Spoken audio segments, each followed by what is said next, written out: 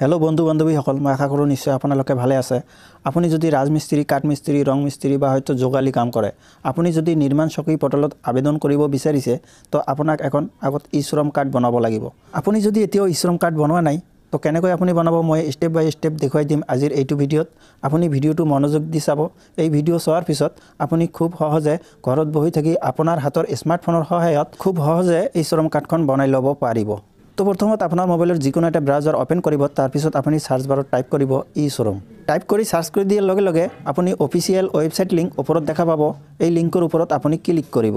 Click करि दियार लगे लगे এনেকুৱা এখন পেজ খোল খাব। तो আপোনালোকৰ সুবিধাৰ বাবে वेबसाइट लिंक मैं डिस्क्रिप्शन दी थैसु लिंकत क्लिक कर दियार लगे लगे आपुनि এই পেজখনত আহিব পাৰিব। আপোনাৰ মোবাইলত পেজখন ওপেন হোৱাৰ পিছত অকনমান স্ক্ৰল ডাউন কৰিব। স্ক্ৰল ডাউন কৰাৰ পিছত আপুনি ইয়াত চাব ৰেজিষ্টাৰ অন ই শ্ৰম আপুনি এইটোৰ ওপৰত ক্লিক কৰিব। তাৰ পিছত এনেকুৱা এখন পেজ খোল খাব। আপোনাৰ মোবাইল নম্বৰ ইয়াত দিব লাগিব। এই বক্সৰ ভিতৰত আপুনি মোবাইল নম্বৰ টাইপ কৰিব।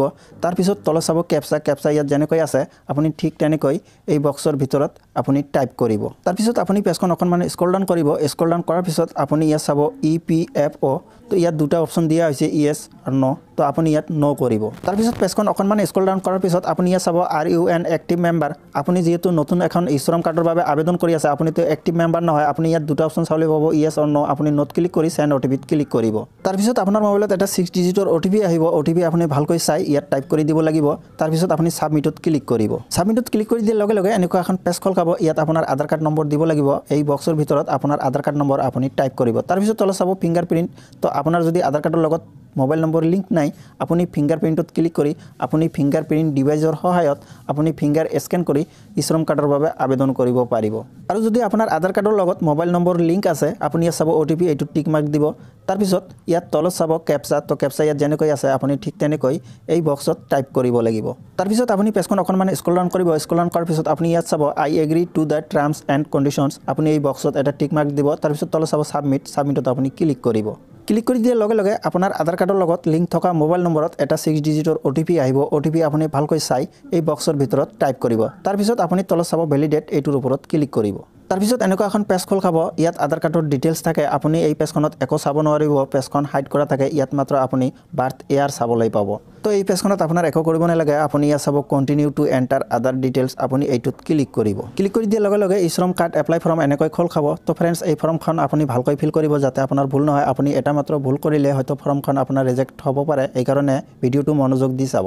এই ফৰ্মখনত আপুনি যেটোত ৰঙা ষ্টাৰ মাৰ্ক দেখা পাব এইটো বাধ্যতামূলক ফিল কৰিব লাগিব। আৰু যেটোত ষ্টাৰ মাৰ্ক নাই আপুনি যদি ফিল কৰিব বিচাৰে কৰিব নকৰিলেও একো প্ৰবলেম নাই। এইটো অপচনাল হয়। তো ইয়াত আপুনি আপোনাৰ মোবাইল নম্বৰ চাব পাৰিব। তাৰ পিছত তলত চাব এমাৰ্জেন্সি মোবাইল নম্বৰ। এমাৰ্জেন্সি মোবাইল নম্বৰ যদি আপুনি বেলেগ এটা দিব বিচাৰে দিব নিদিলেও একো প্ৰবলেম নাই। তাৰ পিছত তলত চাব ইমেইল আইডি যদি আপুনি দিব বিচাৰে দিব নিদিলেও একো প্ৰবলেম নাই। তাৰ পিছত তলত চাব মেৰিটেল ষ্টেটাছ আপোনাৰ যেটো হয় মেৰিট আনমেৰিট আপুনি ইয়াৰ পৰা সিলেক্ট কৰিব।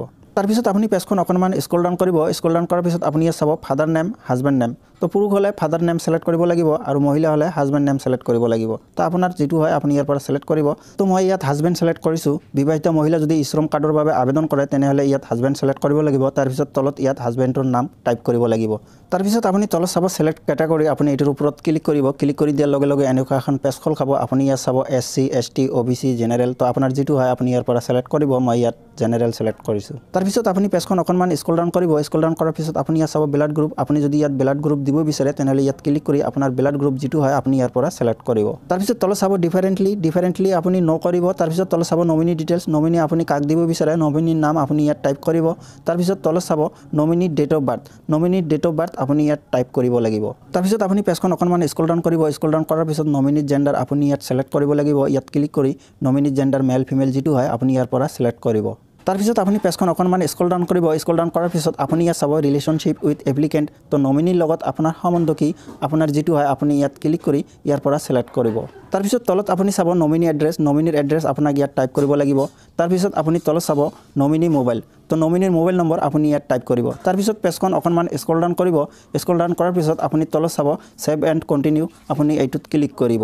তাৰপিছত এনেকুৱা এখন পেজ খোল খাব আপুনি পেজখন স্ক্ৰল ডাউন কৰাৰ পিছত ইয়াত চাব ৰেচিডেণ্ট ডিটেইলছ তো ৰেচিডেণ্ট ডিটেইলছ আপোনাৰ ইয়াত ফিল কৰিব লাগিব আপুনি ওপৰত আপোনাৰ ষ্টেট সিলেক্ট কৰিব তাৰপিছত তলত চাব ডিস্ট্ৰিক্ট আপোনাৰ ডিস্ট্ৰিক্ট যেটো হয় আপুনি ইয়াৰ পৰা সিলেক্ট কৰিব তাৰপিছত তলত চাব কাৰেন্ট এড্ৰেস তো কাৰেন্ট এড্ৰেস আপনাৰ যদি আপনি শহৰত থাকে তেনেহলে আৰবান সিলেক্ট কৰিব আৰ যদি গাঁৱত থাকে তেনেহলে ৰুৰাল সিলেক্ট কৰিব তাৰপিছত যদি আপনি গাঁৱত থাকে তো এড্ৰেস লাইন 1 ইয়াত চাব এড্ৰেস লাইন 2 তো ইয়াত আপোনাৰ গাঁৱৰ নাম আপনি ইয়াত টাইপ কৰিব তাৰপিছত তলত আকৌ চাব ষ্টেট আপুনি ইয়াত ক্লিক কৰি ষ্টেট সিলেক্ট কৰিব তাৰপিছত পেজখন অকনমান স্ক্ৰল ডাউন কৰিব স্ক্ৰল ডাউন কৰাৰ পিছত আপুনি তলত ইয়াত চাব ডিস্ট্ৰিক্ট তো আপোনাৰ ডিস্ট্ৰিক্ট যেটো হয় আপুনি ইয়াৰ পৰা সিলেক্ট কৰিব তাৰপিছত তলত চাব সাব ডিস্ট্ৰিক্ট আপোনাৰ যেটো হয় আপুনি ইয়াত ক্লিক কৰি আপোনাৰ সাব ডিস্ট্ৰিক্ট সিলেক্ট কৰিব তাৰপিছত তলত চাব পিন কোড আপোনাৰ পোষ্ট অফিচৰ পিন কোড নম্বৰ আপুনি ইয়াত টাইপ কৰিব তাৰপিছত আপুনি পেজখন স্ক্ৰল ডাউন কৰিব স্ক্ৰল ডাউন কৰাৰ পিছত আপুনি ইয়াত চাব কাৰেন্ট লোকেশন আপুনি ইয়াত ক্লিক কৰিব লাগিব ক্লিক কৰি আপুনি এই ঠাইখনত কিমান দিন লৈকে বাস কৰি আছে আপুনি ইয়াৰ পৰা সিলেক্ট কৰিব লাগিব তো আপোনাৰ যেটো হয় আপুনি ইয়াৰ পৰা সিলেক্ট কৰিব তো মই ইয়াত 2025 সিলেক্ট কৰিছো তাৰপিছত আপুনি তলত চাব পাৰ্মানেন্ট এড্ৰেছ তো পাৰ্মানেন্ট এড্ৰেছ আপোনাক ইয়াত দিব লাগিব আপুনি যদি চহৰত থাকে তেনেহলে আৰবান সিলেক্ট কৰিব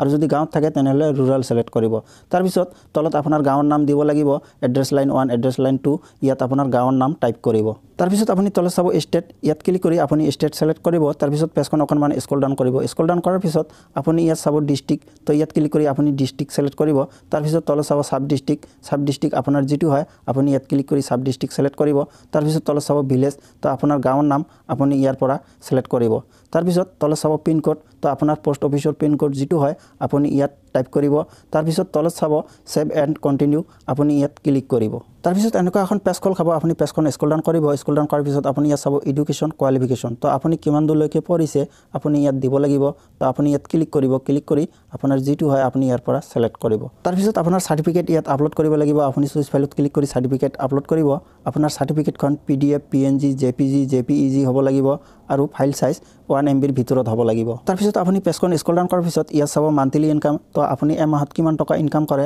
আপোনাৰ ইয়াত দিব লাগিব আপুনি সিলেক্টত ক্লিক কৰি আপোনাৰ যেটো হয় আপুনি ইয়াত সিলেক্ট কৰিব তাৰপিছত তলত চাব ইনকাম সাৰ্টিফিকেট তো চুজ ফাইলত ক্লিক কৰি আপোনাৰ যদি ইনকাম সাৰ্টিফিকেট থাকে ইয়াৰ পৰা আপলোড কৰিব আপোনাৰ সাৰ্টিফিকেটখন PDF PNG JPG হ'ব লাগিব আৰু ফাইল সাইজ 1 MB ভিতৰত হ'ব লাগিব তাৰপিছত তলত চাব সেভ এণ্ড কন্টিনিউ এটোত ক্লিক কৰিব তাৰপিছত এনেকুৱা এখন পেজ খোল খাব পেজখন স্ক্ৰল ডাউন কৰাৰ পিছত আপুনি ইয়াত দুটা অপচন চাবলৈ পাব আপুনি যদি কিবা কোম্পানীত জয়েন কৰিব বিচাৰে তেনেহলে ইয়েস কৰিব আৰু যদি জয়েন নকৰে তেনেহলে নট ক্লিক কৰিব তাৰপিছত আপুনি তলত চাব প্ৰাইমাৰী অকুপেশ্যন তো আপুনি কি ইনকাম কৰে ইয়াত দিব লাগিব তো আপুনি ইয়াত ক্লিক কৰিব ক্লিক কৰি দিয়াৰ লগে লগে আপোনাৰ PDF এখন ডাউনলোড হ'ব আপুনি কি ইনকাম কৰে আপুনি সকলো কাম ইয়াত চাব পাৰিব আপুনি ইয়াত চাই তাৰপিছত আপুনি কি ইনকাম কৰে আপুনি ইয়াত টাইপ কৰি দিব লাগিব তাৰপিছত আপুনি তলত চাব ওয়াৰ্কিং এক্সপিৰিয়েন্স তো আপুনি কিমান দিন লৈকে এই কাম কৰি আছে তো আপুনি ইয়াত ক্লিক কৰি আপুনি সিলেক্ট কৰিব তাৰপিছত আপুনি তলত চাব অকুপেশ্যন সাৰ্টিফিকেট আপুনি চুইচ ফাইলত ক্লিক কৰি অকুপেশ্যন সাৰ্টিফিকেট আপলোড কৰিব আৰু যদি আপোনাৰ সাৰ্টিফিকেট নাই তেনেহলে নিদিব একো প্ৰবলেম নাই তাৰপিছত আপুনি তলত চাব সেভ এণ্ড কন্টিনিউ এটোত ক্লিক কৰিব তাৰপিছত এনেকুৱা এখন পেজ খোল খাব আপুনি পেজখন স্ক্ৰল ডাউন কৰাৰ পিছত ইয়াত চাব বেংক একাউণ্ট ডিটেইলছ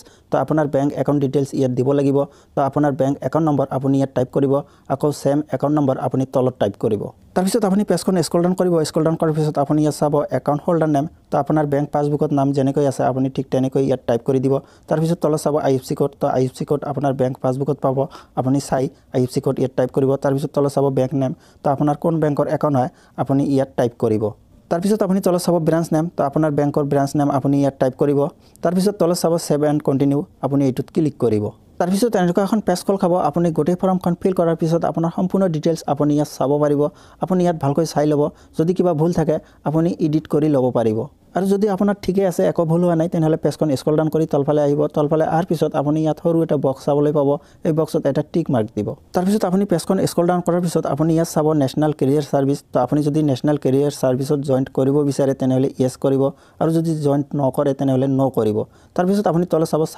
সাবমিটত আপুনি ক্লিক কৰিব তাৰপিছত এনেকুৱা এখন পেজ খোল খাব আপুনি পেজখন স্ক্ৰল ডাউন কৰাৰ পিছত আপোনাৰ ইশ্ৰম কাৰ্ডখন আপুনি ইয়াত এনেকৈ চাবলৈ পাব তো ফ্ৰেণ্ডছ এনেকৈ আপুনি খুব সহজে ঘৰত বহি থাকি আপোনাৰ স্মাৰ্টফোনৰ ইশ্ৰম কাৰ্ড বনাই ল'ব পাৰিব তো এতিয়া আপোনাৰ এই কাৰ্ডখন ডাউনলোড কৰিব লাগিব তো আপুনি কেনেকৈ ডাউনলোড কৰিব মই আপোনাক কৈ আছো তো ফ্ৰেণ্ডছ আপোনাৰ ইশ্ৰম কাৰ্ড এপ্লাই কৰাৰ আগত আপোনাৰ আধাৰ কাৰ্ড আপডেট কৰিব লাগিব তো আপোনাৰ আধাৰ কাৰ্ড আপুনি কেনেকৈ আপডেট কৰিব ভিডিও লিংক মই ডেসক্ৰিপচনত দি থৈছো আপুনি ভিডিও চাই আপুনি খুব সহজে ঘৰত বহি থাকি আপোনাৰ স্মাৰ্টফোনৰ সহায়ত আপোনাৰ আধাৰ কাৰ্ড আপডেট কৰি ল'ব পাৰিব আৰু যদি আপুনি নিৰ্মাণ চকী পৰ্টেলত আবেদন কৰিব বিচাৰে তো ভিডিও লিংক মই ডেসক্ৰিপচনত দি থৈছো আপুনি ভিডিও চাই খুব সহজে আপুনি নিৰ্মাণ চকী পৰ্টেলত আবেদন কৰিব পাৰিব আৰু যদি চেনেলটো এতিয়াও আপুনি আপুনি সাবস্ক্ৰাইব কৰা নাই তেনেহলে সাবস্ক্ৰাইব কৰি বেল আইকন নোটিফিকেশন অল কৰিব যাতে মই নতুন এটা ভিডিও আপলোড কৰি দিয়াৰ লগে লগে আপুনি চাব পাৰে সকলোতকৈ আগত আপোনাৰ মোবাইলত তো ফ্ৰেন্ডছ আপোনাৰ ইশ্ৰম কাৰ্ডখন ডাউনলোড কৰিবলৈ হলে আপুনি পেজখন স্ক্ৰল কৰি ওপৰত আহিব লাগিব ওপৰত অহাৰ পিছত আপুনি ইয়াত চাব ডাউনলোড UAN কাৰ্ড আপুনি এইটোত ক্লিক কৰিব ক্লিক কৰি দিয়াৰ লগে লগে আপোনাৰ ইশ্ৰম কাৰ্ড PDF আকাৰত ডাউনলোড হ'ব